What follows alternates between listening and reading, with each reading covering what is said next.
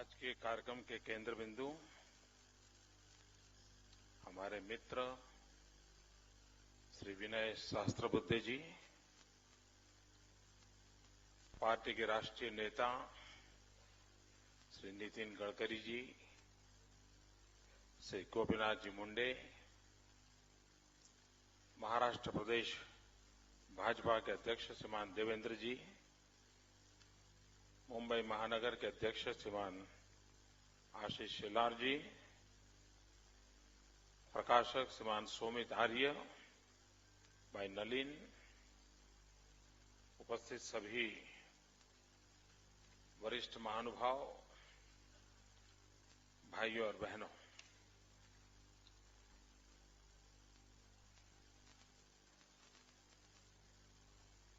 मैं विशेष रूप से इस कार्यक्रम में विनय जी का अभिनंदन करने के लिए आया हूं।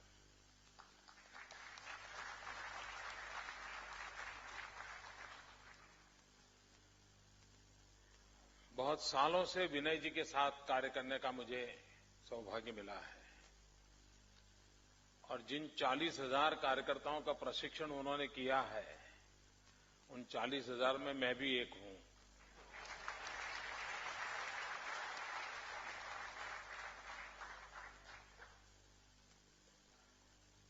तो एक प्रकार के वो हमारे गुरुजन हैं।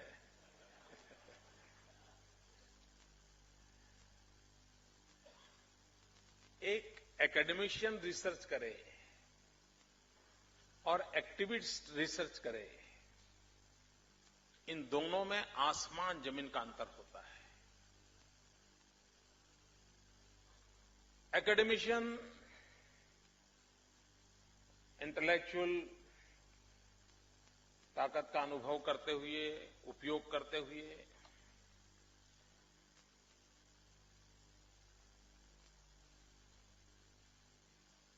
विचार विमर्श करते हुए, अपनी बुद्धि का उपयोग करते हुए उसके निष्कर्ष निकालता है। और एक एक्टिविस्ट अपनी इंटेलेक्चुअल प्रॉपर्टी को उस अनुभव के तराजू में तराशता है और तब जब वो देता है उसकी ताकत भिन्न होती है। और सरल शब्दों में मुझे कहना है तो मैं कहूंगा कि जितना अंतर 5 स्टार होटल में कोई खाना खिलाए और मां बेटे को प्यार से जो खाना बना के दें, उन दोनों में जितना अंतर होता है, उतना अंतर एक एकेडमिशियंस की रिसर्च में और एक एक्टिविस्ट की रिसर्च में होता है। और वो नजराना श्रीमान विनय जी ने दिया है। मित्रों, ये विषय भी ऐसा है कि लोकतंत्र हमें अच्छा लगता है, लेकिन बारीकियों में, गहराइयों में जाना ज्यादातर लोगों का स्वभाव नहीं होता है। और दुर्भाग्य से हमारे देश में, मैं नहीं जानता हूं इस किताब में वो पहलू आया है या नहीं आया है, दुर्भाग्य से हमारे यहां लोकतंत्र का स्पिरिट का जिस प्रकार से उसका व्याप बढ़ना चाहिए वो नहीं बढ़ा है। उसमें एक ठहराव है। और ठहराव क्यों आया है कि राजनेताओं ने एक ऐसी मानसिकता बना दी है, राजनीतिक दलों ने लोगों का ऐसा प्रबोधन किया है कि लोकतंत्र का मतलब है कि आप वोट के माध्यम से किसी एक दल को 5 साल का कॉन्ट्रैक्ट दे दो कि भाई अब तुम 5 साल में मेरा इतना इतना कर दो, मेरा इतना भला कर दो। और अगर 5 साल में उसने कॉन्ट्रैक्ट को ठीक नहीं चलाया, काम नहीं किया, अच्छा तू जा, दूसरे को लाएंगे। मित्रों, लोकतंत्र ये सिर्फ ठेका देने की व्यवस्था नहीं है। लोकतंत्र हम सबने मिलकर के इस राष्ट्र को, उसकी आशा आकांक्षाओं को, जन जन की इच्छाओं आकांक्षाओं को परिपूर्ण करने का एक उत्तम माध्यम है। एक बार मैं चाइना में एक सेमिनार के लिए गया था और चाइना में आप ज्यादा लोकतंत्र करो तो थोड़ा अनकंफर्ट माहौल पैदा होता है। तो वहां मुझे पूछा गया कि मोदी जी बताइए लोकतंत्र की सबसे बड़ी ताकत क्या है, लोकतंत्र की, ऐसा मुझे वहां पूछा गया था। अब अचानक इतना बड़ा सवाल आ गया था और वो भी चाइना में आया था, तो मैंने एक छोटा सा हल्का फुल्का जवाब मेरे दिमाग से निकला था। मैंने कहा लोकतंत्र की सबसे बड़ी ताकत है गलती को ठीक करने का उत्तम अवकाश लोकतंत्र में मिलता है। आपने किसी को शासन दे दिया और लगा कि भाई ये गलती हो गई है, तो 5 साल में आपको दोबारा निर्णय करने का अवसर मिल जाए, गलती ठीक करने का मौका मिलता है। ये अपने आप में लोकतंत्र की बहुत बड़ी ताकत है और वही ताकत है जो हमें जहां है वहां से ऊपर जाने का सामर्थ्य देती है। मित्रों, हमारे देश में कई प्रकार की एनिवर्सरीज मनाई जाती है, जयंतियां मनाई जाती हैं और कुछ की तो साहब 3-3, 5-5 दिन चलाई जाती है। नाना कौन थे, दादा कौन थे, पिता कौन थे, पता नहीं क्या क्या बताते हैं।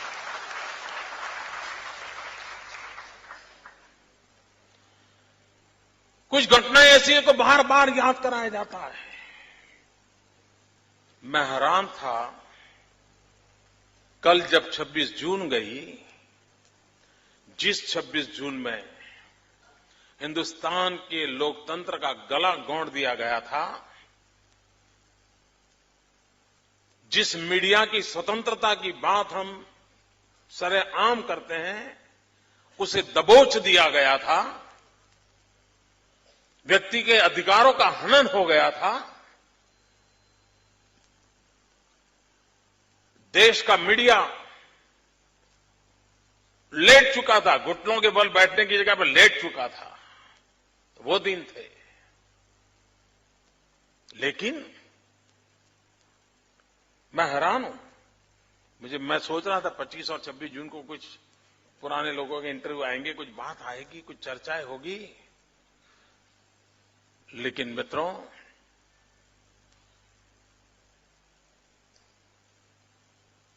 इस देश में किसी एक दिन को सर्वाधिक याद करने की आवश्यकता है तो जितना महत्व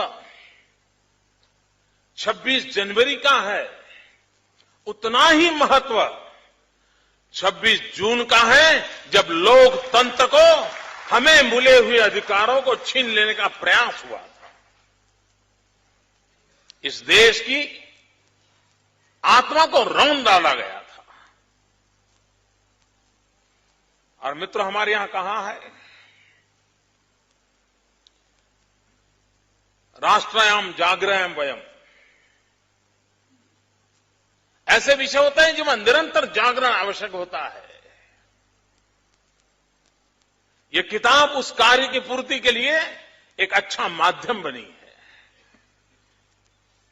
अंग्रेजी में कहते हैं eternal vigilance is the price of liberty. और उस अर्थ में, और यही तो घटनाएं हैं जो हमें लोकतंत्र की और श्रद्धा बढ़ाती हैं कि जब लोकतंत्र नहीं होता है, लोकतंत्र छीन लिया जाता है, तब हालत क्या होती है, इसका परिचय उन घटनाओं को बार बार स्मरण करने से होता है। मित्रों, कोई करे न करे, जो लोकतंत्र की साधना करने वाले लोग हैं, जो लोकतंत्र में आस्था रखने वाले लोग हैं, जो लोकतंत्र के लिए समर्पित लोग हैं, उन सबका दायित्व बनता है कि इस कार्य को हमने हर पल जीवित रखना चाहिए, चेतनवंत रखना चाहिए, निरंतर प्रयास करते रहना चाहिए। और उसमें इस प्रकार के विनय जी के प्रयास एक अच्छा अवसर देते हैं और इसलिए भी मैं विनय जी को अभिनंदन करता हूं, उनकी बधाई करता हूं। मैं तो महाराष्ट्र की धरती पर जब आया हूं तब लोकमान्य तिलक का वो मंत्र जिसने देश को एक शक्ति दी थी, उसका स्मरण आना स्वाभाविक है। लोकमान्य तिलक ने कहा था, स्वराज मेरा जन्मसिद्ध अधिकार है। मित्रों, स्वराज पाने के लिए कितने लोगों ने बलिदान दिया, स्वराज के लिए क्या कुछ नहीं झेला, और स्वराज आने से क्या हो जाएगा सवाल या निशान भी कोई कम नहीं लगाए गए थे। उसके बावजूद भी स्वराज के लिए लोगों ने आहुति दी और लोकमान्य तिलक का वो मंत्र आज भी गूंजता है, स्वराज मेरा जन्मसिद्ध अधिकार है। मित्रों, देश को आजादी को इतना समय हो गया,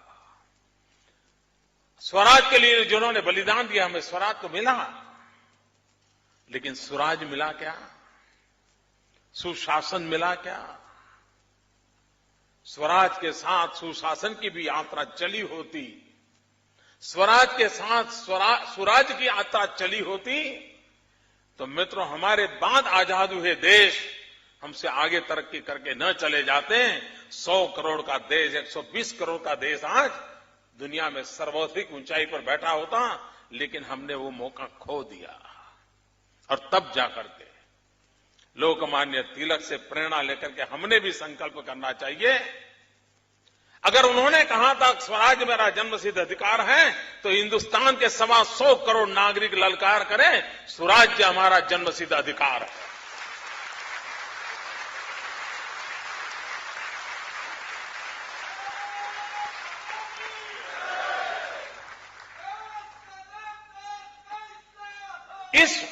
इस भावना को मित्रों जगाने की बहुत आवश्यकता है। कुछ लोगों को लगता है, कभी कभी कुछ नहीं होता, अरे क्या करो यार, हमारे यहां तो डेमोक्रेटिक सिस्टम ही ऐसा है।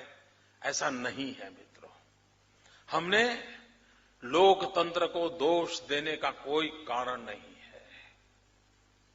यही कानून,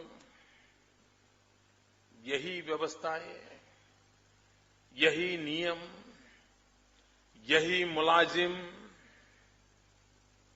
यही फाइलें, यही दफ्तर, उसके बावजूद भी देश को आगे बढ़ाया जा सकता है, ये मेरा विश्वास है दोस्तों।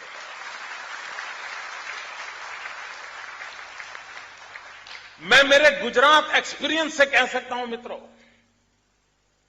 ये जो चारों तरफ निराशा का माहौल है कि अब कुछ नहीं होगा, दुनिया डूब गई, यार कुछ पूरा पिछले जन्म में पाप किए होंगे इसलिए यहां पैदा हुए होंगे। मित्रों, मैं ऐसा निराशा वाला इंसान नहीं हूं। ये बहुरत्ना वसुंधरा है, ये सामर्थ्यशाली देश है। 1200 साल तक गुलामी झेलने के बाद भी अगर उठ खड़ा हुआ है तो उसके भीतर कोई ताकत है, उसका एहसास करने की आवश्यकता होती है।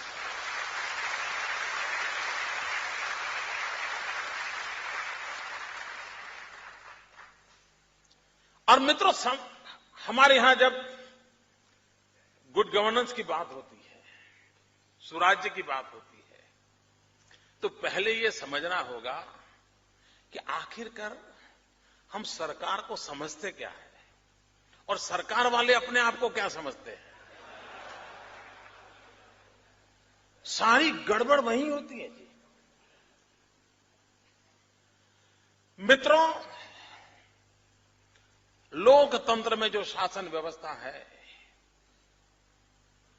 वे शासक नहीं है, ये पहली शर्त है उसकी। वे रूलर्स नहीं है, ये पहली शर्त है उसकी। वे सेवक हैं, और ये मूलभूत बात लोकतंत्र में समझनी होती है। और हम मित्रों ज्यादातर लोकतंत्र को ही हम लोग शासक के भाव से देखने के बजाय जनता भी उसको सेवक के भाव से देखे और शासन में बैठे हुए भी अपने आप को सेवक के रूप में प्रस्तुत करें, ये लोकतंत्र की पहली शर्त है, उसको भुला दिया गया है। क्या सरकार का काम डंडा चलाना ही है क्या? लोगों से टैक्स कलेक्ट करना यही काम है क्या? यही सत्ता या सरकार की व्यवस्था का है?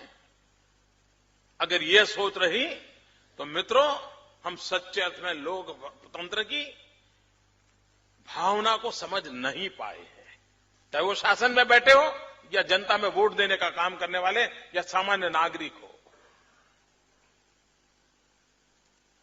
मित्रों, जिन दिनों ब्रिटिशर राज करते थे और आजाद होने के बाद हमारी सरकारें आने लगी, दोनों में फर्क क्या?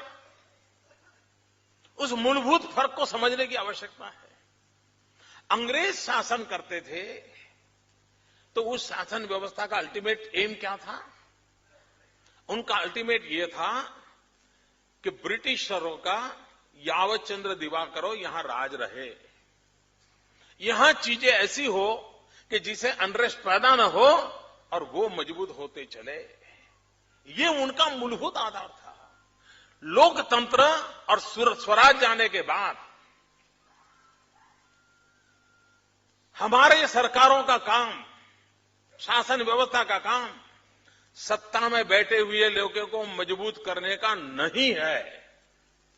उनका काम है जनता को मजबूत करने का।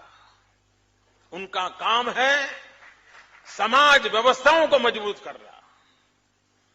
ब्रिटिशरों का इरादा वो होगा, हमें तो लोक शक्ति को सशक्त करना चाहिए, कि उसका मूलभूत सिद्धांत होना चाहिए। मित्रों, हमारे यहां दो शब्द हैं और हम शब्दों का अर्थ भी भूल गए हैं। कभी कभी हम कहते हैं कि भाई कि आजकल क्या करते हो, तो जवाब देता है जॉब है। मित्रों, सरकार में कभी भी जॉब शब्द का उपयोग नहीं होता था। प्राइवेट कोई नौकरी करता है तो वो जॉब कर रहा है ऐसा माना जाता था, क्योंकि वो कंपनी की भलाई के लिए काम करता था, कंपनी का विकास हो, कंपनी का मुनाफा, उसके लिए काम करता था।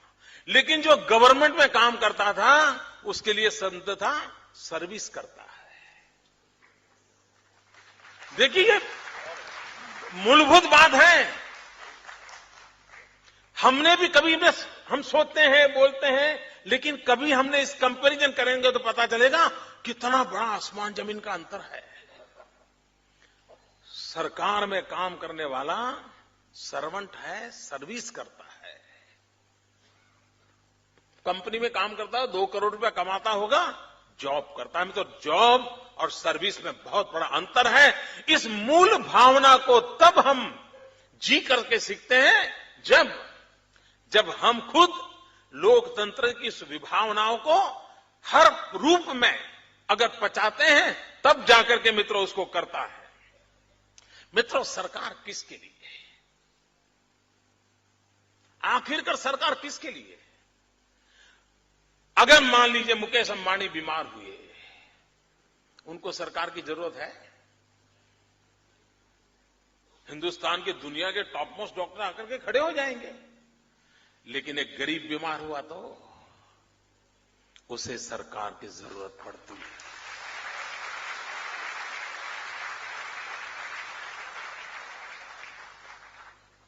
सरकार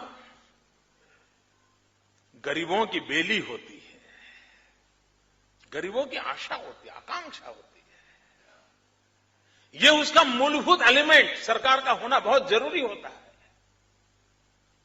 मित्रों, महात्मा गांधी, उनकी एक बात बहुत समझने जैसी है। गांधी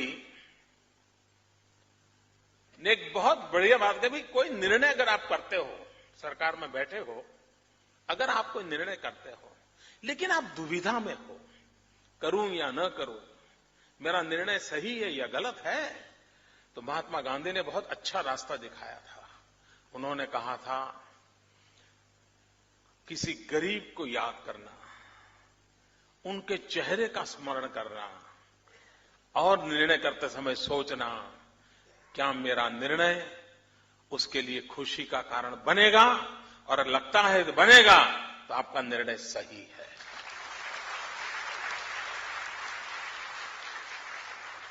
मित्रों, ये सरकार शासन नाम की जो व्यवस्था है, उसके ये मूलभूत आवश्यकता रहती है और इसलिए मित्रों उसको करना चाहिए। हमारे देश की हालत क्या है आज? मित्रों, जब सारे विश्वास टूट जाए, सारे सहारे टूट जाए, एक जगह ऐसी होनी चाहिए जहां उसका भरोसा होना चाहिए। रात को सो जाए तो उसको विश्वास होना, नहीं चिंता नहीं, सरकार है, उसे विश्वास होना चाहिए। मित्रों, आज स्थिति क्या है? आपको भरोसा है? देश के 60 साल के बाद आप कभी कभी आपने देखा होगा, आप एसएमएस करते हो किसी को, फिर फोन लगा के पूछते हो मेरा एसएमएस मिला?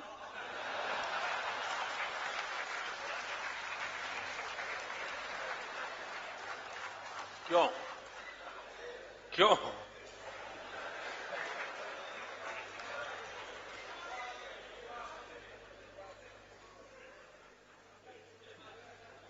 मित्रों, पहले हम पूरा भरोसा करते थे, डाकिया आता था तो बड़ा इंतजार करते थे, डाकिया आएगा। एक जमाना था, डाकिया आना यानी पूरे मोहल्ले में, गांव में एक अच्छी खबर का माहौल रहता था, यार भाई कोई खबर लेके आया है। आज डाक खाने में आपको डाक डालने की इच्छा होती है? इच्छा क्या, हिम्मत होती है? आपको शक होता है कि मेरी डाक पहुंचेगी कि नहीं पहुंचेगी, तो आप क्या करते हैं? कुरियर का भरोसा सहारा लेते हैं। कल्पना कीजिए मित्रों, ये कुरियर व्यवस्था पनपना, इसको कोई एफिशिएंसी कहता होगा, एक पहलू हो सकता है, लेकिन एट द सेम टाइम आपकी उस पूरी व्यवस्था के प्रति अविश्वास का भी प्रतिबिंब है।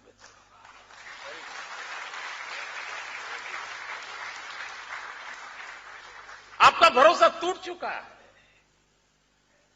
आप कहिए मित्रों, गरीब से गरीब आदमी भी, आपकी गाड़ी का ड्राइवर, आप उसको जरा पूछ लेना समय मिले तो, उसके बच्चों की पढ़ाई का क्या है?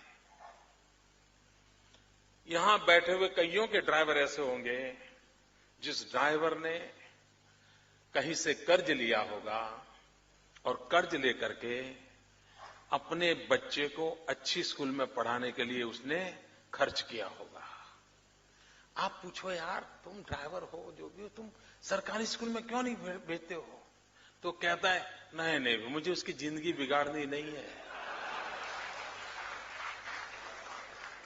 मित्रों, मैं उदाहरण छोटे दे रहा हूं, लेकिन इसको गंभीरता से लेने की आवश्यकता है। सरकार की स्कूल है, सरकार का बजट है, टीचर्स हैं, सब कुछ है, जनता को भरोसा नहीं है। उसको डर लगता है कहीं बच्चा बिगड़ तो नहीं जाएगा। लोग बच्चा बिगड़ने के लिए स्कूल भेजते हैं क्या? और बोले भाई कर्ज किया है, प्राइवेट में भेजूंगा, कहीं बच्चा बिगड़ तो नहीं जाएगा। मित्रों, ये जो समस्या है, ये जो मनस्थिति है, ये मनस्थिति अपने आप में हमारे देश में गवर्नेंस कैसा हो, सरकार कैसी हो, शासक कैसे हो, उनके सामने सवालिया निशान लगाता है। मैंने एक बार मजाक में कहा था, भारत सरकार ने एक पोस्टल स्टैंप निकाला था, श्री कृष्ण और अर्जुन वाला। अर्जुन के रथ को श्री कृष्ण चला रहे हैं और कर्मण्येवाधिकारस्ते उसका श्लोक लिखा था। तो मैं उसको जब लॉन्चिंग हुआ था तो मैं ऑडियंस में बैठा था, मैं बहुत छोटा था उस समय, देखने गया था, पोस्टल स्टैंप वगैरह का कार्यक्रम था। तो बाद में मुझे मजाक सूझी, मैंने कहा देखिए भारत सरकार कितना सच बोलती है। बोले कैसे? मैंने कहा एक पोस्टल स्टैंप लगाओ, डाक में डाक खाने में डाल दो, लेकिन पहुंचेगा उसकी गारंटी नहीं। कर्मण्येवाधिकारस्ते।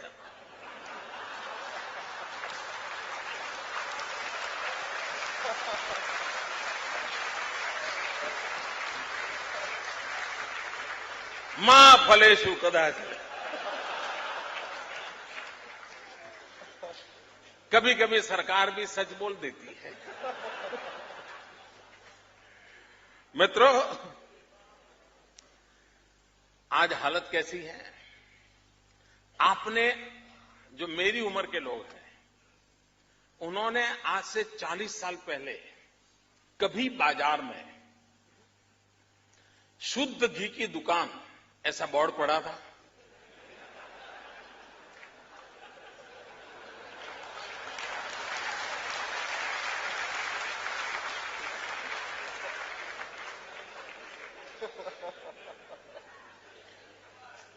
आज मित्रों हालत कैसी है बताइए? उसको लिखना पड़ता है, शुद्ध घी की दुकान। मित्रों, सार्वजनिक जीवन में डिटोरेशन कैसा आया है? नहीं तो शासन है, कानून है, अशुद्ध घी बेचने का किसी को अधिकार नहीं है, फिर भी उसको लिखना पड़ता है शुद्ध घी की दुकान। मित्रों, ये बातें हैं जिसके कारण फिर सोचना शुरू होता है, हाँ यार, अच्छा हम लोगों का भी स्वभाव कैसा है? लोकतंत्र में हम कहां खड़े? मैं सरकारों को तो आलोचना करूं तो आपको ताली बजाने का मजा करता है। हम अब मैं थोड़ी आपकी बात करता हूं। मेरी तो बात मैंने बता दी, बुरा नहीं लगेगा ना? कहा फिर नाराज मत हो जाना, मुझे बहुत काम करने बाकी है।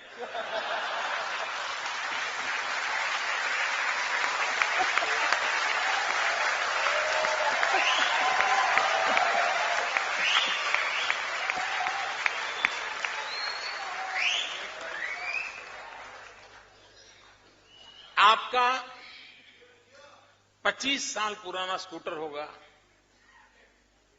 हॉर्न के सिवाय सब बजता होगा, टायर पे कोई डिजाइन नहीं होगी, नामो निशान नहीं होगा, लेकिन टायर चलता होगा।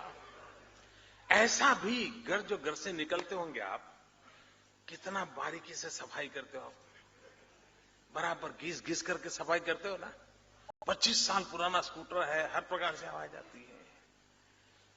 लेकिन जब बस में बैठते हो सरकार की,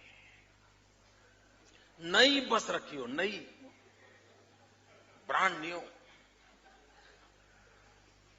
वो 25 साल पुराना टूटा फूटा स्कूटर आपको अपना लगता है। ये बस आपको अपनी नहीं लगती है, सरकारी लगती है। मित्रों, ये भेद खत्म करना चाहिए। वो बस भी आपकी है, सरकार आप है।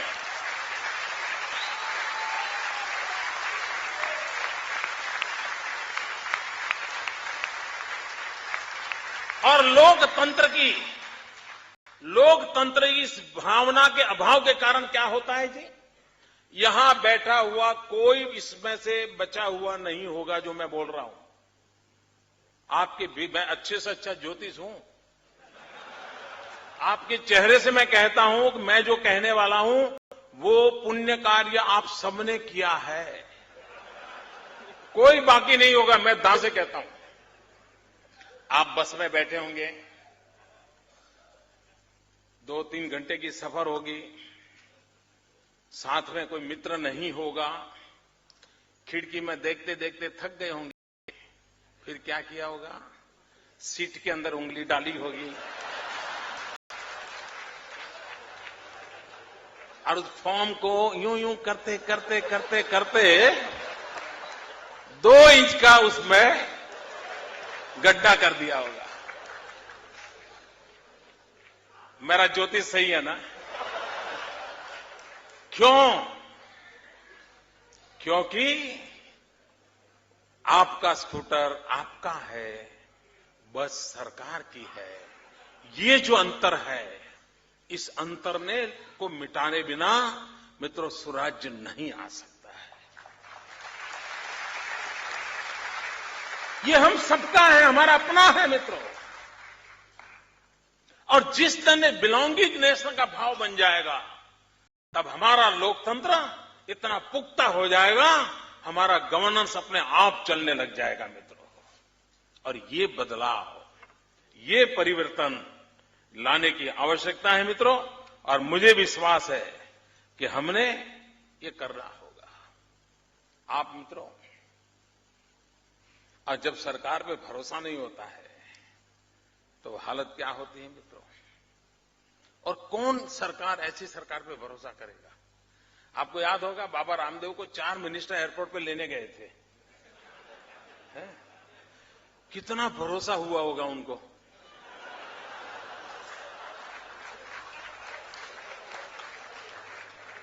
और दूसरे दिन 4 पुलिस वाले उठा के ले गए।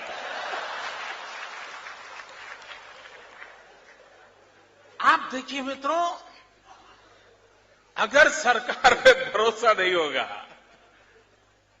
तो मित्रों मैं नहीं मानता हूं कि आप देखिए ये चिट फंड क्यों चालू हुआ मित्रों।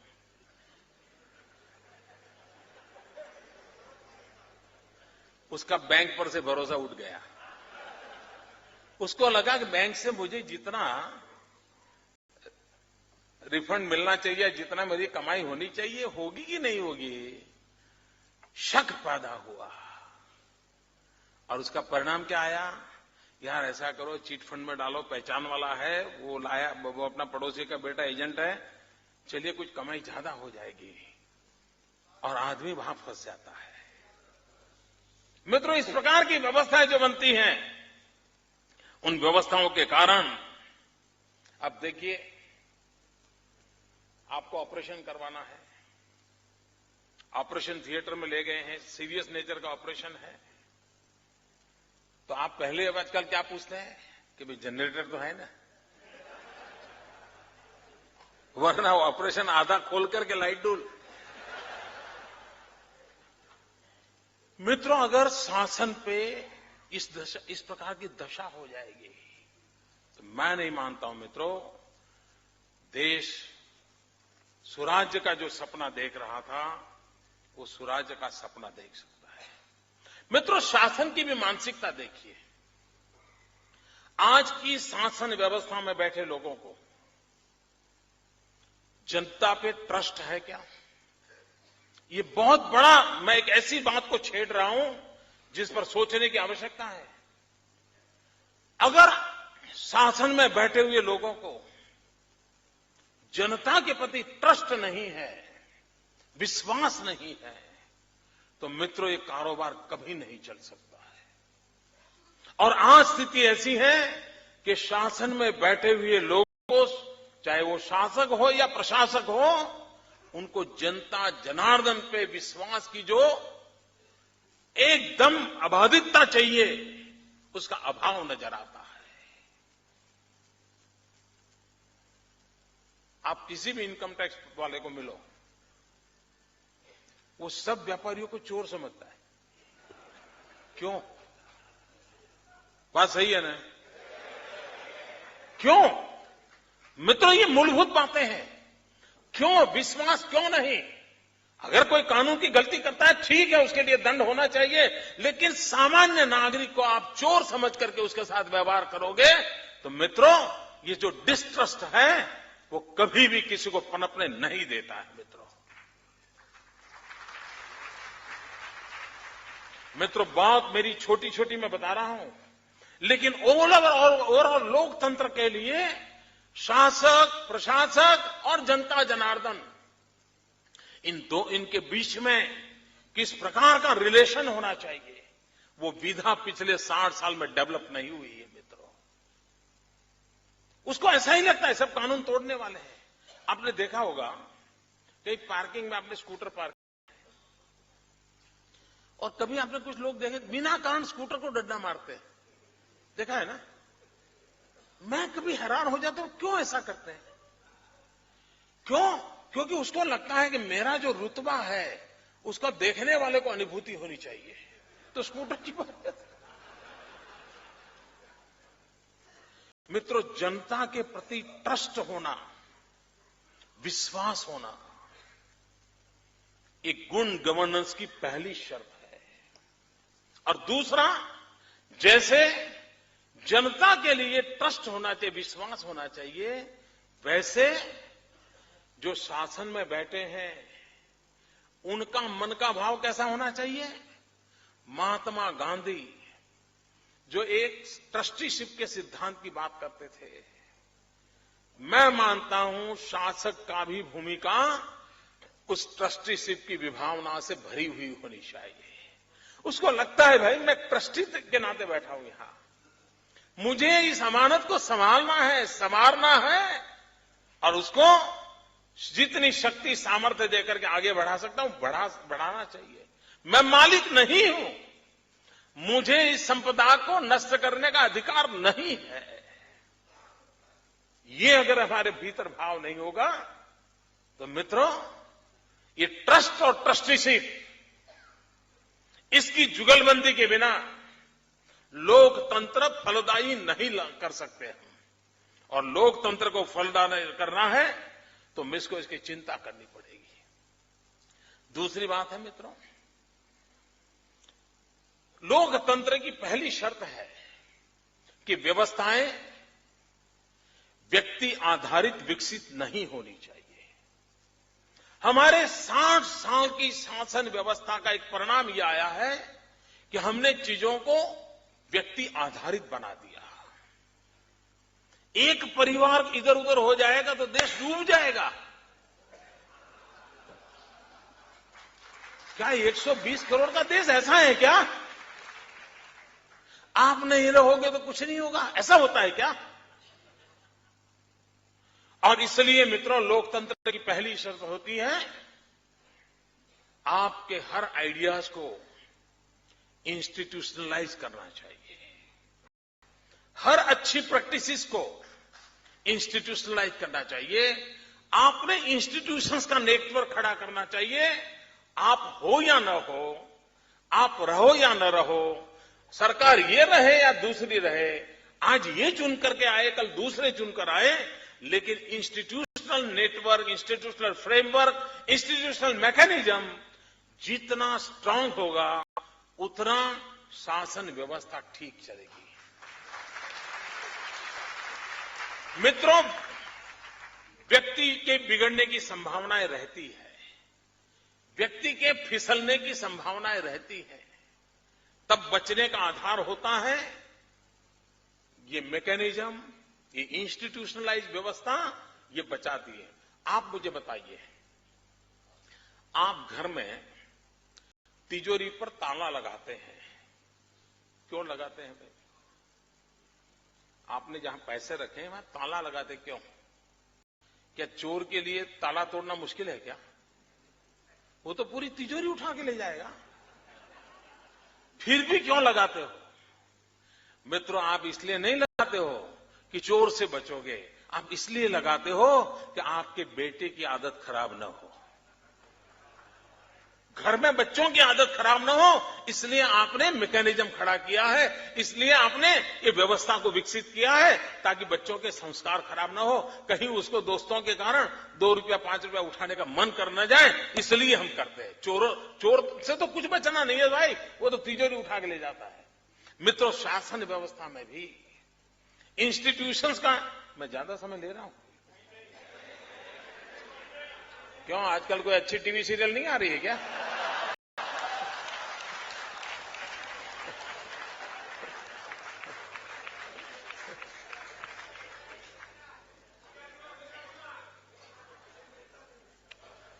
और इसलिए मैं मानता हूं मित्रों कि हमने जितना इंस्टीट्यूशंस को स्ट्रेंथन करेंगे उतना हमारा लोकतंत्र उपकारक होगा, गवर्नेंस में लोकतंत्र की पूरी विभावना का प्रगटीकरण। लेकिन दुर्भाग्य से 60 साल का अनुभव देखे हमने क्या किया है।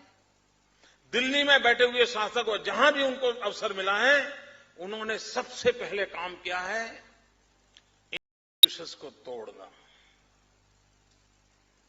डिवैल्यूएशन करना। आप देखिए हिंदुस्तान में पंडित नेहरू के जमाने से प्लानिंग इंस्टीट्यूशन खड़ा हुआ, उसकी एक सेंटिटी खड़ी हुई, प्लानिंग कमीशन राज्य के साथ मिल बैठ करके विचार करके अपना राज्य और केंद्र के बीच सेतु बनकर के अपना काम करने की कोशिश करता था।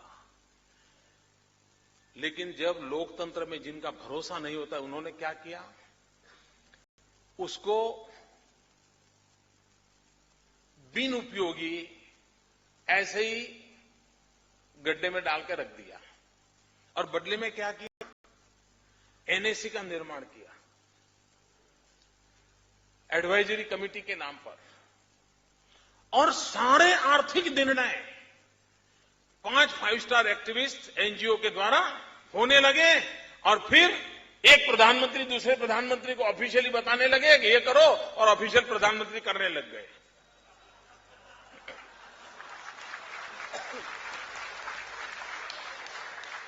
रुकावट के लिए खेद है,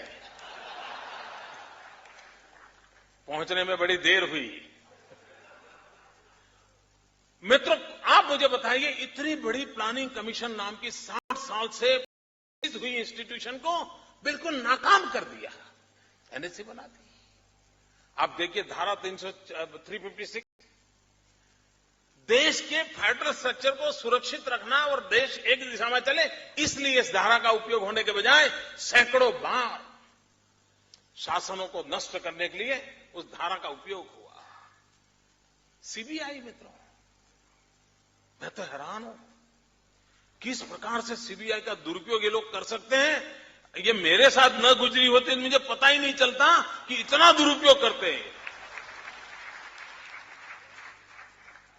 कोई डर नहीं, कोई परवाह नहीं, और दिल्ली में बैठे हुए शासक जो लोकतांत्रिक प्रक्रियाओं से जय और पराजय को झेलने का सामर्थ्य नहीं रखते, वो सीबीआई के सहारे हिंदुस्तान की राजनीतिक शक्तियों को परास्त करने पर लगे हैं।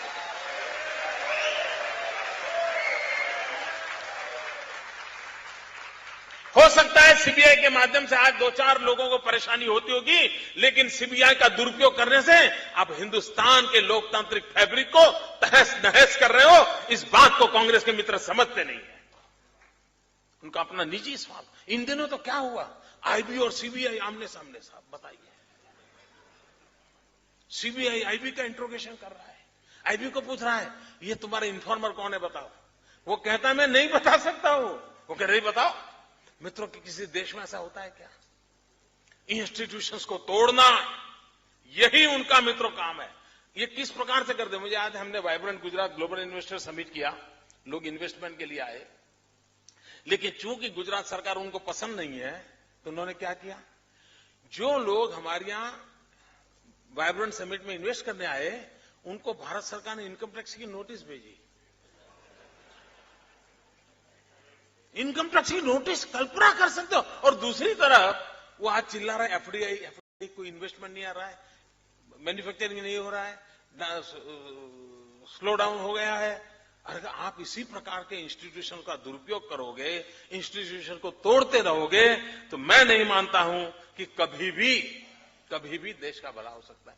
आपको एक पुरानी घटना याद होगी, 1983 हिंदुस्तान के इलेक्शन, यहां इलेक्शन कमीशन की काफी बातें इसलिए मैं उल्लेख करता हूं।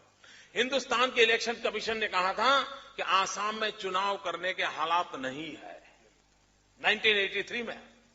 मित्रों, श्रीमती इंदिरा गांधी ने इलेक्शन कमीशन की उस बात को नहीं माना। उन्होंने चुनावी राजनीति में फायदा उठाने के लिए आसाम में चुनाव थोप दिया, और परिणाम हुआ हिंदुस्तान के, आजाद हिंदुस्तान का सबसे बड़ा नेल्ली का हत्याकांड हुआ था, अगर इतिहास किसी को मालूम हो। क्यों? आपने इंस्टीट्यूशंस की इज्जत नहीं की, आपने इंस्टीट्यूशन का महत्व ही नहीं समझा। एक इंस्टीट्यूशन आपको कहती है तो आप दूसरे इंस्टीट्यूशन के साथ टकराव करने के लिए लग गए, और उसके कारण मित्रों कितना बड़ा प्रहार हुआ है जिसको आप कर सकते। मित्रों, भारत का संविधान फेडरल स्ट्रक्चर को लेकर के चल रहा है। यहां पर कोई बड़ा भाई कोई छोटा भाई नहीं है, सब मिलकर के, सब राज्य मिलकर के देश को चलाते हैं, और देश में एक सुशासन की व्यवस्था खड़ी करने का आकांक्षा के साथ चलते हैं। लेकिन आज जितनी लड़ाई दिल्ली सरकार पाकिस्तान से करती है, उससे ज्यादा लड़ाई वो अपने से नापसंद राज्यों के साथ करती है।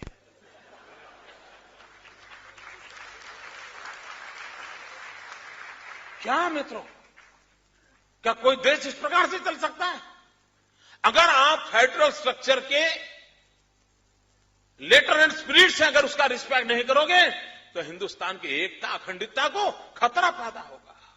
और इसलिए मित्रों, जब हम शासन और लोकतंत्र की बात करते हैं तो इन बातों के महत्व को भी हमको समझना होगा, ये मेरा स्पष्ट मत है। मित्रों, एक बात और भी है। कभी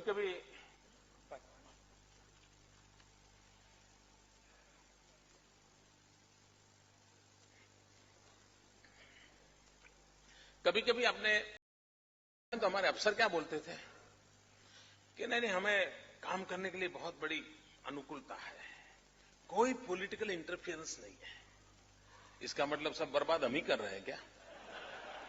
और आप किसी भी अफसर को मिलिए जी, आराम से अफसर लोग ये बताते हैं कि भाई हम काम कर रहे हैं क्योंकि पॉलिटिकल इंटरफेरेंस नहीं है। मित्रों, मैं समझता हूं इस बात को बहुत गहराई से समझने की आवश्यकता है। We are in a democratic setup. हमने पॉलिटिकल सिस्टम, इलेक्टेड बॉडीज को स्वीकार किया हुआ है। उसको अगर हम इंटरफियरेंस मानेंगे तो हम लोकतंत्र की मूल भावना को ही नहीं समझ पाए हैं। और इसलिए मैं हमेशा कहता हूं कि शासन में जो लोग आते हैं उनका काम है नीतियां बनाना, प्रशासन में जो लोग हैं उनका काम है उसका इंप्लीमेंटेशन करना। लेकिन ये जो झगड़ा है पॉलिटिकल इंटरफेरेंस का, मैं समझता हूं उसको सही अर्थ में राजनेताओं ने भी और ब्यूरोक्रेसी ने भी समझने की आवश्यकता है। मैं इस बात का पक्षकार हूं कि पॉलिटिकल इंटरफेरेंस की जरूरत नहीं है, लेकिन पॉलिटिकल इंटरवेंशन की बहुत जरूरत होती है। आज दिल्ली क्यों चल नहीं रहा है? कारण क्या है? बाबू बैठे हैं। अगर पॉलिटिकल लीडरशिप होती जो धरती से निकल के आई होती तो निर्णय करने की हिम्मत करती। मित्रों, पॉलिसी बनाने से नहीं होता।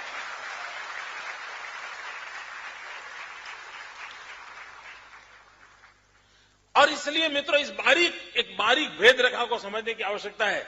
और इसलिए मैं कहता हूं political interference harms the process of good governance, while political intervention catalyzes the process and encourages people's participation. मित्रों, हमें पॉलिटिकल इंटरवेंशन का कल्चर विकसित करना गुड गवर्नेंस के लिए आवश्यक है। और जितनी मात्रा में पॉलिटिकल इंटरफेरेंस की जगह पर पॉलिटिकल इंटरवेंशन का हमारा जितना बढ़ेगा उतना हमारा सारे समाज का विश्वास भी बनेगा, ट्रस्टीशिप का सिद्धांत का भी पालन होगा, निर्णयों का अमलीकरण होगा, सामान्य के आखिरी से आखिरी व्यक्ति को जो लाभ मिलना चाहिए वो लाभ भी मिलेगा। और इसलिए मित्रों, दूसरी बात है, कभी कभी लोग कहते हैं कि ब्यूरोक्रेसी काम नहीं करती है। मैं ये मानता हूं कि छोटे मोटे काम नहीं होते होंगे, मैं इसका इनकार नहीं करता हूं। लेकिन अगर लीडरशिप में विजन हो, लीडरशिप में पॉलिटिकल विल हो, तो एक दिशा निर्धारित करते हो। और कोई ब्यूरोक्रेट, मैं इसको मेरे अनुभव से कहता हूं, कोई ब्यूरोक्रेट आपके आड़े नहीं आता है। उसकी क्षमता कम अधिक होगी, लेकिन अगर आपके पास विजन है, आपके पास लीडरशिप क्वालिटी है, आपका स्ट्रेटेजी परफेक्ट है, टाइम बाउंड आप कार्यक्रम करते हैं, तो आप निश्चित रूप से परिणाम ला सकते हैं। और इसलिए ये कहना कि ब्यूरोक्रेसी काम नहीं करती, सरकारी मुलाजिम काम नहीं करते, छोटे मोटे काम की शिकायत मैं समझ सकता हूं, लेकिन कुल मिलाकर के गति देनी है तो एट एवरी लेवल पर जैसे जैसे लीडरशिप पनपती जाती है वो गुड गवर्नेंस की बहुत बड़ी एसेट बनती है। तो जितना महत्व इंस्टीट्यूशनलाइजेशन का है उतना ही महत्व लीडरशिप क्वालिटी का भी है। जितना महत्व हम लीडरशिप क्वालिटी की ओर देंगे उतना मैं समझता हूं कि लाभ होगा। कभी कभी क्या होता है, जनता और सरकार के बीच खाई पैदा होती है। उस खाई को जितना ज्यादा मिटाएंगे हमको परिणाम मिलता है, और आप देखिए उससे लाभ मिलता है। और इसलिए गुड गवर्नेंस के लिए बहुत बड़ी बात होती है कि वो जनता से हमेशा निकट होना चाहिए। सारी निर्णय प्रक्रिया में जनता जनार्दन का होना बहुत जरूरी होता है। अगर हम जनता जनार्दन को छोड़ करके हम 5 स्टार एक्टिविस्टों के घेरे में रह करके या मीडिया ने कुछ लिख लिया उसके डर से रह करके अगर हम निर्णयों को करते जाएंगे तो हम कभी परिणाम नहीं ला सकते हैं। लेकिन अगर हम एक सुव्यवस्थित रूप से उसका एक मैकेनिज्म अगर डेवलप करें, और उस मैकेनिज्म में मैं कहता हूं कि जनता की भागीदारी अगर बढ़ानी है तो इन्फॉर्म करो, कंसल्ट करो, कंसेंट लो एंड डिसाइड करो। इन अगर 4 स्टेजेस पर हम कोई भी निर्णय प्रक्रिया को इस प्रोसेस से निकालते हैं तो आपको परिणाम मिलता है।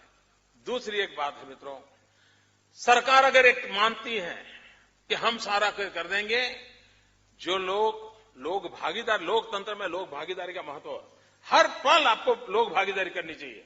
हमारे यहां आप देखा सरकार का एक स्वभाव होता है कि कोई निर्णय करते हैं तो बड़ा सीक्रेट रखते हैं। एक डिपार्टमेंट दूसरे डिपार्टमेंट को पता नहीं चलने देता। कभी कभी तो एक चैम्बर में बैठा हुआ दूसरी चैम्बर को भी पता नहीं चलना देता, जैसे कोई बड़ा कुछ मिरेकल करने वाला हो, और सारे खतरे उसी में होते हैं। हमने गुजरात में साहब अलग कर दिया। हमने कहा आप सब कुछ खोल दो भाई, दरवाजे खोल दो, नो सीक्रेसी।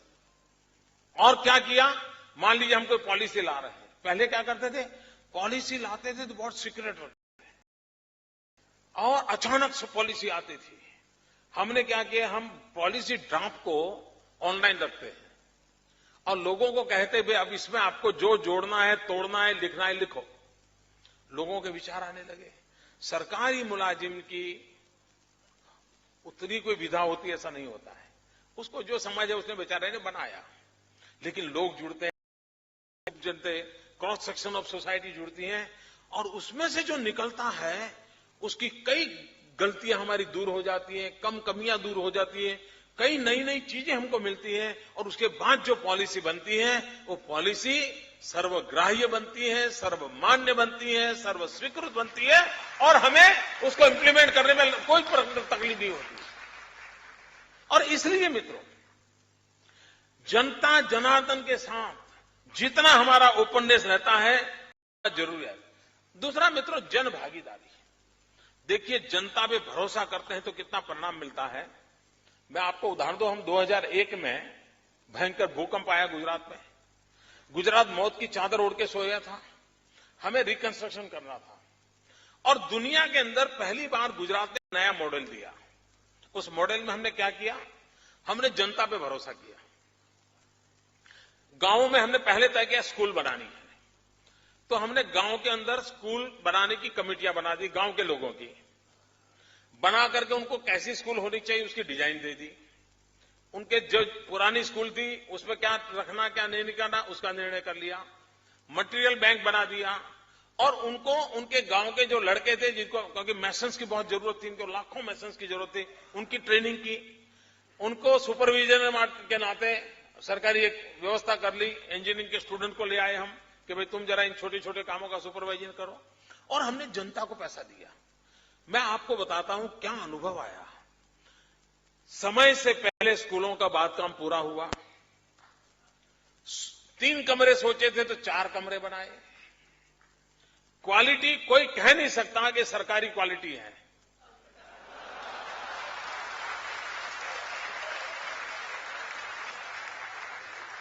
वरना तो है सरकारी है।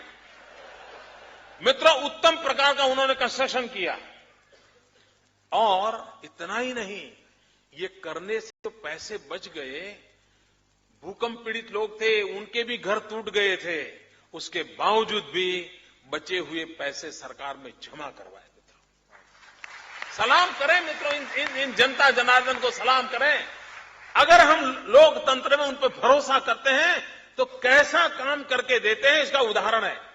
मित्रों, हमारे यहां एनजीओ आए थे सारे काम करने के लिए। ढेर सारे 5 स्टार एक्टिविस्ट आए, अच्छे एनजीओ आए, डेडिकेटेड एनजीओ, सारी सब प्रकार की दुनिया हमारे यहां थी।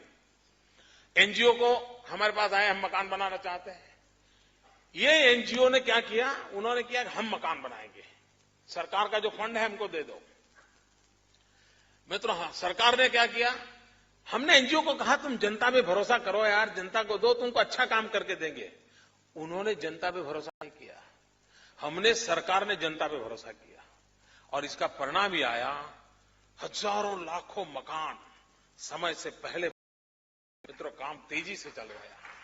अभी हमें यूनाइटेड नेशन का अवार्ड मिला है, किस बात के लिए? मित्रों, हमने जनता पे भरोसा किया। हमारे यहां जो पानी की डिस्ट्रीब्यूशन की जो व्यवस्था है, वो हमने गांव की महिलाओं की पानी समिति बनाई, और हमने तय किया कि पानी समिति में पुरुष कोई नहीं होगा,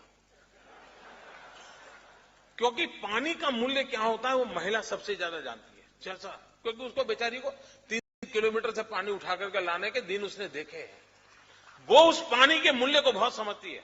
और हमने पूरे गुजरात में पानी समितियां बनाई, और वास्मो नाम का हमारा एक काम चालू किया, और उसमें पानी वितरित करने का काम बहनें करती हैं, पानी का टैक्स कलेक्शन वो करती हैं, कहां पर टेक्निकल फॉल्ट आया तो उसका रिपेयरिंग करने का काम भी वो करती हैं।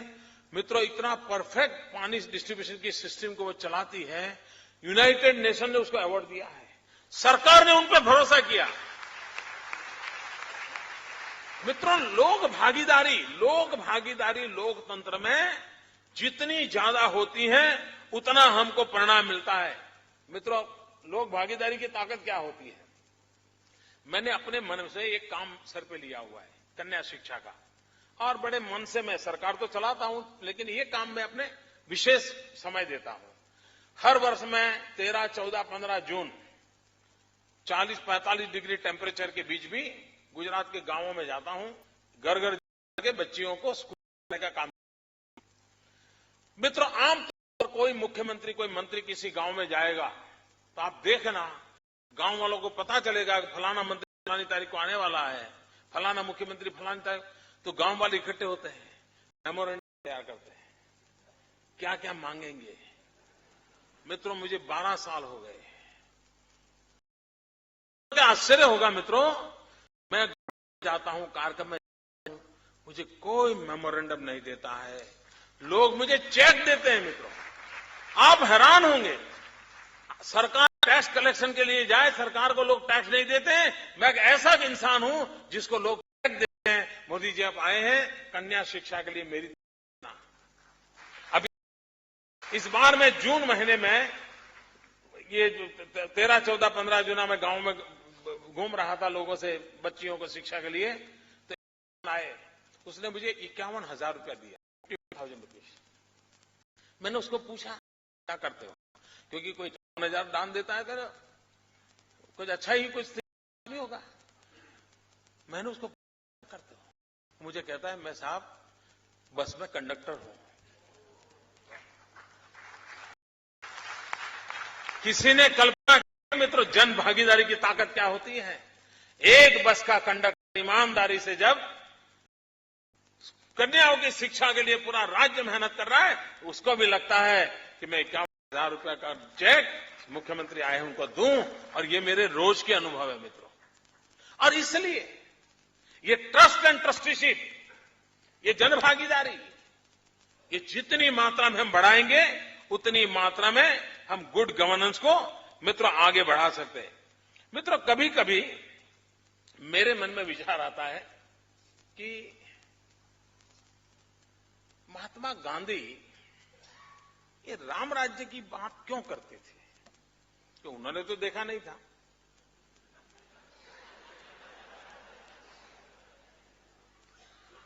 लेकिन हमारे देश में जो सेक्युलरिज्म के ठेकेदार हैं,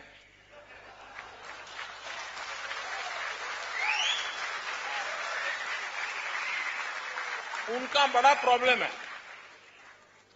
वो वही चीज समझते हैं जो उनको समझनी हो, वही चीज सुनते हैं जो उनको सुननी हो। एक बार ट्रेन में एक महात्मा जा रहे थे, उसी ट्रेन में एक मौलवी थे, उसी ट्रेन में एक पहलवान था, तीनों ऐसे ट्रेन में सफर कर रहे थे। तो बातें चली। तो महात्मा जी ने कहा, देखिए ट्रेन चल रही, उसमें जो आवाज आ रही है, ट्रेन की आवाज में भी ईश्वर स्मरण हो रहा है। तो मौलवी ने पूछा, कैसे? तो बोले, मुझे तो सुनाई दे रहा है, राम नाम सत्य है, राम नाम सत्य है, राम सत्य, मुझे सुनाई दे रहा है ऐसा। तो बोला, मौलवी ने कहा, अच्छा। तो मौलवी ने थोड़ा ट्रेन की आवाज में कान लगाए। तो उन्होंने कहा, नहीं, मुझे दूसरा सुनाई देता है। तो बोले, क्या? हे अल्लाह, वाह तेरी कुदरत, अल्लाह वाह तेरी कुदरत, ये अल्लाह वाह तेरी। तो पहलवान वहां बैठा था, उसने कहा, मुझे भी सुनाई देता है। बोले, क्या? कर कसरत खा रबड़ी, कस कसरत खा रबड़ी।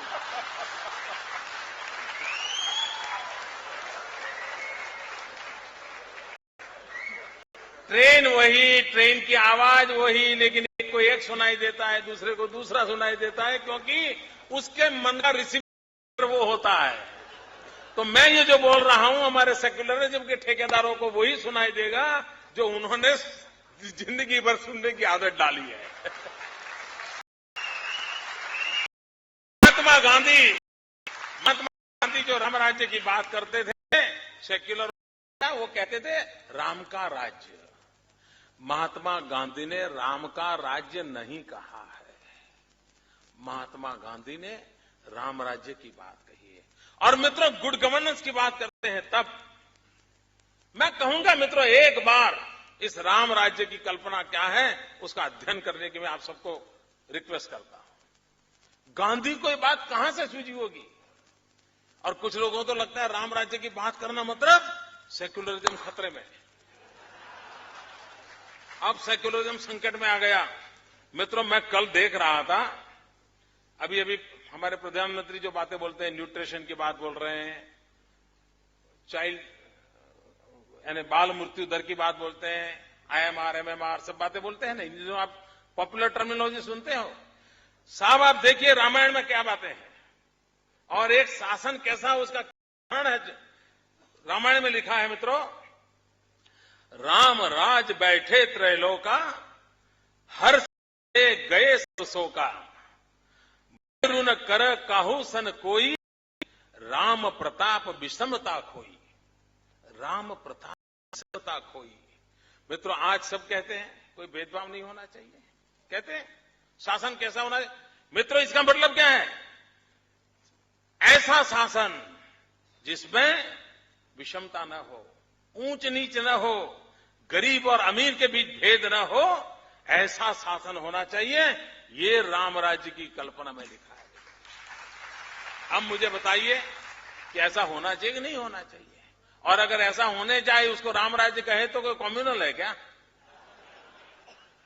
इतना ही नहीं मित्रों, उन्होंने एक जगह पे बड़ा मजेदार कहा है, आज जो चर्चा होती नहीं है माल न्यूट्रिशन वगैरह की, दैहिक दैविक भौतिक तापा, राम राज नहीं काहुई व्यापा, सब नर कर ही परस्पर प्रीति, चल ही स्वधर्म निरत श्रुति नीति। शासन में, समाज में ऐसी अवस्था होनी चाहिए कि जनता जनार के बीच परस्पर प्रेम का माहौल हो, एक दूसरे के प्रति दुर्भावना का, जेलसी का माहौल नहीं होना चाहिए। आगे उन्होंने कहा, चल ही स्वधर्म निरत श्रुति नीति, हरेक को अपने धर्म का पालन, और धर्म का मतलब हमारे यहां ड्यूटी है। शिक्षक धर्म का पालन करो, मातृ धर्म का पालन करो, पितृ धर्म का पालन करो, रिक्शा ड्राइवर का धर्म का पालन करो, ये हमारी यहां कल्पना है। अगर आप अपनी जो जिम्मेवारी है, अपनी जो ड्यूटी है, उसका अगर पालन करोगे तो हरेक के सुख का उसमें गारंटी है। ये रामराज में कहा है। उन्होंने माता मृत्यु दर, शिशु मृत्यु दर के लिए राम राज्य में कहा गया है। मित्रों, महात्मा गांधी को राम राज्य क्यों पसंद आया था? आज भी हमारे यहां माता मृत्यु की दर की चर्चा होती है। उन्होंने कहा था, अल्प मृत्यु नहीं कवनीयु पीरा, अल्प मृत्यु नहीं कवनीयु पीरा, सब सुंदर सब बिरुज शरीरा, अल्प मृत्यु नहीं कवनीयु पीरा। बालकों, माताओं के आरोग्य की प्रति चिंता करने वाली शासन व्यवस्था होनी चाहिए और समाज का व्यवस्था आरोग्यप्रद होनी चाहिए। आगे उन्होंने कहा, सब सुंदर, सब बिरुज शरीरा, सभी निरोगी हो और बलशाली हो और शरीर सुंदर सौष्ठव वाला हो, ऐसा समाज की रचना करने का काम शासन का और शासन व्यवस्था का होना चाहिए। ये उन्होंने शिक्षा के संबंध में रामराज में क्या कहा था, मैं सारा ह्यूमन डेवलपमेंट इंडेक्स का ही बोल रहा हूं, नहीं लगा एचडीआई, जो आज पश्चिम की दुनिया जो एचडीआई की बात करती है, उस एचडीआई की मैं बात आपको समझाना चाहता हूं। राम राज्य में कहा है, सब गुणज्ञ पंडित सब ज्ञानी। सिर्फ हमारे यहां तो अभी क्या कहते हैं भाई, सबको अक्षर ज्ञान दो, पढ़ना लिखना आता है। राम राज्य में क्या कहा था, सब गुणज्ञ पंडित सब ज्ञानी। शिक्षा पर इतना भार था कि हर नागरिक पंडित बनना चाहिए, वहां तक उसकी शिक्षा होनी चाहिए, नर हो या नारी हो। आप कल्पना कर सकते हो, आज जो समाज में so called human development index की चर्चा होती है, मूलभूत आधार है वो राम राज्य में पूरी परिभाषा तुलसीदास ने उस जमाने में की हुई है मित्रों। और तभी मुझे लगता है कि महात्मा गांधी के मन में ये जो कल्पना आई थी मित्रों, ये कल्पना का कारण भी यही था और इसी के कारण महात्मा गांधी ने कहा था। मित्रों, कुछ बातें हैं जो रिफॉर्म होनी चाहिए गवर्नेंस में, ये मैं आज आग्रह से कहना चाहता हूं।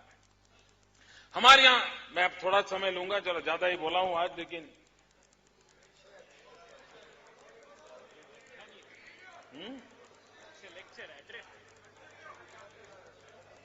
कंटिन्यू।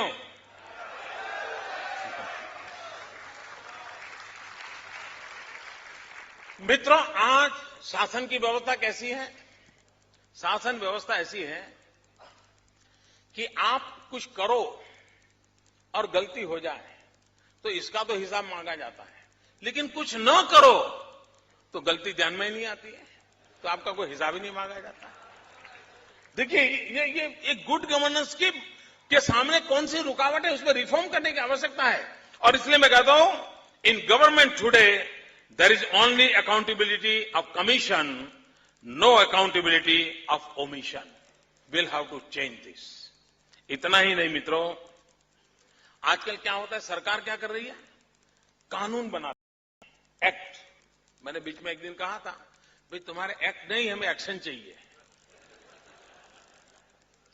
और इसलिए मित्रों, आज जो दिल्ली में सरकार को हम देखते हैं, तो आपने देखा, मैं कहूंगा ये सरकार कैसी है, तो यूपीएस लीगलिस्टिक गवर्नमेंट, यानी उसको दिमाग में यही रहता है कि कानून हो गए तो दुनिया बदल गई। उन्होंने बना दिया सर्वोच्च शिक्षा का कानून, तो मतलब सब शिक्षित हो गए। ऐसा नहीं होता भाई। और इसके कारण परिणाम ही आया है, आज दिल्ली सरकार के अंदर उनकी इस टेम्परामेंट का परिणाम ही आया है। UPS legalistic government has reduced itself to a lethargic government. बाकी डिलीवरी सिस्टम सब लेथार्जिक हो गए, नो रिस्पॉन्सिबिलिटी एट ऑल। ये एक सबसे बड़ा संकट आया है। उसी प्रकार से मित्रों, आज सरकार ने सही किया गलत किया कैसे देखा जाता है कि भाई प्रोसीजर पर ध्यान दिया जाता है कि आपने फलाना टेंडर निकाला था, एडवर्टाइजिंग दिया था, टेंडर आए थे, लोएस्ट निकला था, उसको टेंडर मिला था, ठीक है, कोई गलती नहीं है। मैं समझता हूं मित्रों, we must shift out our focus from procedural audit to performance audit. हम सिर्फ प्रोसीजर को देख रहे हैं मित्रों। भाई तुमने टेंडर निकाला, सब किया, लेकिन ब्रिज जैसा बनाना था वैसा बना कि नहीं बना ये कहो, पर तुम अपना परफॉर्मेंस ऑडिट होना चाहिए। मित्र, प्रोसीजर ऑडिट करके काम पूरा नहीं होगा, उसको और एक्सटेंड करने की आवश्यकता है, और परफॉर्मेंस ऑडिट होगा तो मैं समझता हूं स्थिति बदलेगी। उसी प्रकार से भाई आपकी सरकार काम करे तो कैसे, तो हमने इतना बजट खर्च किया। मैं समझता हूं इस मूलभूत अवधारणा को बदलने की आवश्यकता है, और इस मूलभूत emphasis should be put on outcomes rather than outputs and outlay. आप क्या खर्च किया उससे बात बनती नहीं है, जो खर्च किया उसे आपने टीचर रखे, मकान बनाया, तनख्वाह दिया, लेकिन बच्चा अगर लिखना पढ़ना नहीं सीखा है तो उस खर्च का क्या मतलब है भाई। और इसलिए आउटकम क्या है, आउटकम है बच्चा शिक्षित हुआ क्या, आउटले क्या है, आउटपुट क्या है, बजट खर्चा आया, टीचर रखा, वो है। और इसलिए इन मूलभूत परिवर्तन की ओर हम नहीं जाएंगे तो मैं समझता हूं मित्रों, जो स्थिति हमको लानी है वो नहीं ला सकते। मित्रों, चाणक्य ने कहा है, उस बात को हमने समझा है। चाणक्य कहते हैं, और मैं समझता हूं इससे हमें पूरा ध्यान में आएगा कि आखिरकार प्रॉस्पेरिटी आती कहां से। चाणक्य ने बहुत अर्थ है, सुखस्य मूलम धर्म, धर्मस्य मूलम अर्थ, अर्थस्य मूलम राज्य। यानी ये प्रॉस्पेरिटी के मूल में राज्य होता है, गुड गवर्नेंस होता है। और आगे भी उसने कहा, राज्य मूलम इंद्रिय जय, इंद्रिय जय से मूलम विनय। आज विनय का कार्यक्रम है ना। तो मित्रों, ये चाणक्य ने भी ये कहा है, और हमारे यहां तो हमारे पूर्वजों ने साहब क्या कल्पना की थी। मार्क्स आया, मार्क्स ने विदर्भ स्टेट की थी, मार्क्स ने तो बहुत बाद में की, लेकिन हमारे पूर्वजों ने वेद काल में कहा था। मैं जानता हूं अरविंद ने भी कहा था, मानव महामानव बन सकता है, नहीं बना होगा, लेकिन कल्पना गलत नहीं थी। मार्क्स ने कहा था विदर्भ इज द स्टेट, उसका कल्पना का रूप अलग होगा, लेकिन हमारे पूर्वजों ने जो कहा था, गुड गवर्नेंस किस ऊंचाई तक पहुंच सकता है, शासन व्यवस्था किस नई ऊंचाइयों को प्राप्त कर सकता है, जिसको वेद काल में हमारे पूर्वजों ने कहा था, न तत्र राजा राजेंद्र, न दंडो न दंडिका, स्वधर्म नैव धर्मज्ञ ते रक्षन्ति परस्परम। यानी राज्य की जरूरत नहीं होगी, दंड की जरूरत नहीं होगी, सब कुछ सुख शांति से चल सकता है, ऐसी समाज की रचना हो सकती है। इस ऊंचाई तक की कल्पना जिस देश में हुई है, वहां आज हमें मांग करनी पड़ रही है कि आजाद हिंदुस्तान का हक है, और हमको कहना पड़ रहा है, लोकमान्य तिलक को याद करके हमको कहना पड़ता है कि स्वराज्य हमारा जन्मसिद्ध अधिकार है, स्वराज्य हमारा जन्मसिद्ध अधिकार है, ये जन्मसिद्ध अधिकार है। इस मंत्र को लेकर के आगे बढ़ना, इस बात को लेकर के हम आगे बढ़ेंगे। मुझे विश्वास है मित्रों, देश जिस प्रगति की नई ऊंचाइयों को पार करना चाहता है, गुड गवर्नेंस के देश जो तरस रहा है, उसको हम प्राप्त कर सकते हैं, और ये सभी संभव है। मैंने जो संभावनाएं भरी पड़ी है, उसी को लेकर के आपसे विस्तार से बात की है। इतने लंबे तक आप सबने इतने शांति से मुझे सुना, मैं इस ऑडियंस का बहुत बहुत आभारी हूं। और विनय जी ने जिस कार्य के लिए मुझे बुलाया था, इसको न्याय देने का प्रयास किया है। बहुत धन्यवाद, बहुत बहुत धन्यवाद।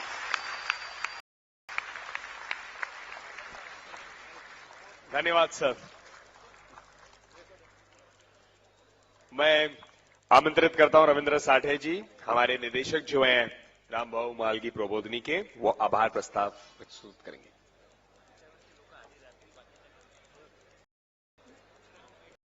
कृपया सबसे अनुरोध है कि बैठेंगे।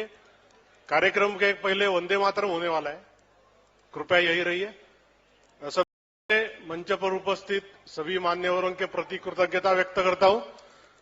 और यह कार्यक्रम सफल बनाने में काफी कार्यकर्ताओं ने हमें सहयोग दिया है, लेकिन जिनका विशेष उल्लेख करना है उसमें राज पुरोहित जी है, अतुल शाह, अतुल भातखळकर, अतुल जोशी, सुजय पत्की, भरत गुर्जर, माधव भंडारी, संजीव पटेल और